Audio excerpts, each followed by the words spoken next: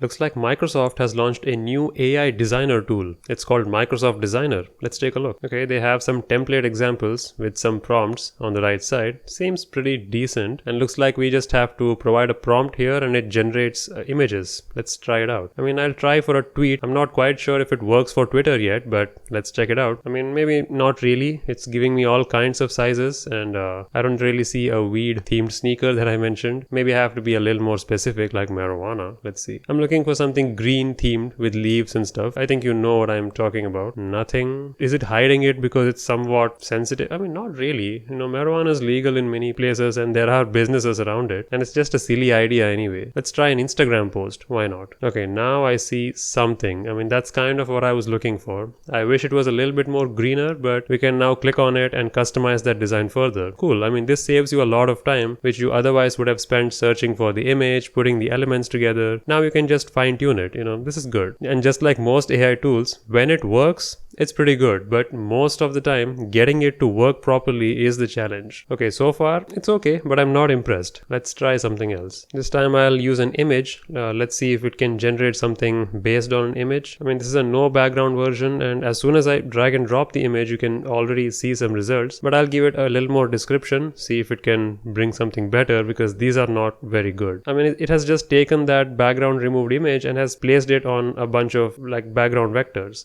That thing's literally floating on that cushion there. What is that? Of course it's not good, so let's generate again with this prompt, see if it can tune it specifically for Instagram.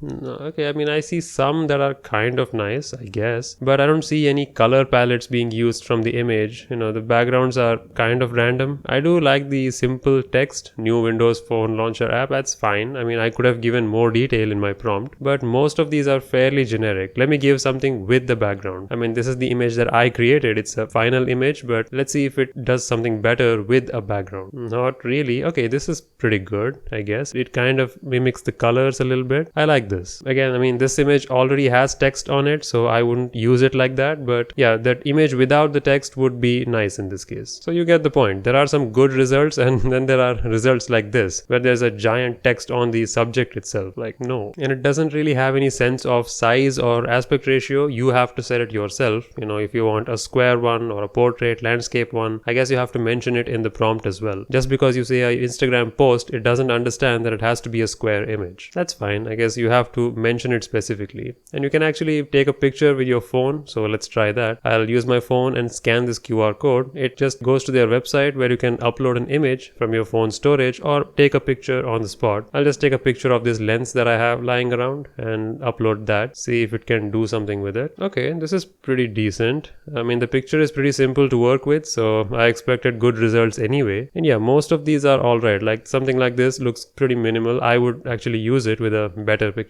It's a hit or miss, as you understand by now, but it saves you time. That's the whole point of these AI tools. They're meant to speed up your workflow and save your time. This thing is decent for now. Microsoft Designer isn't revolutionary or anything, but like I said, for generic designs like, unveiling that you're hiring people or some new launch that's happening, for stuff like that, this is pretty good. For highly specific posts, I would still expect someone to manually create it, but just to get a template, this is okay. And as you can see, sometimes it fails. It's us, not you. Yeah, of course it's you. Anyways, you get the picture. Go ahead and check out designer.microsoft.com. It's free for now, and let me know what you think.